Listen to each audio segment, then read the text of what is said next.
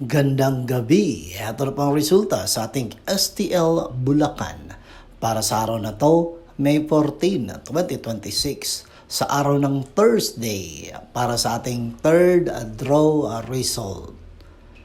Ihanda nyo na mga STL tickets nyo at heto na ang resulta ngayong gabi.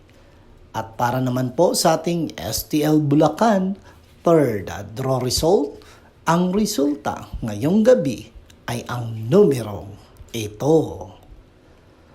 Sa lahat ng mga uuwi galing sa kanilang trabaho, mag-ingat po kayo mga ka-STL, lalong-lalo na pag nasa kalsada, huwag po tayo palaging focus sa ating cellphone. Dapat maging alerto tayo at observant sa ating paligid. Okay? Mag-ingat po kayo sa pag-uwi. Don't forget to subscribe, Purple Green TV. Paki-like at share po. Thank you!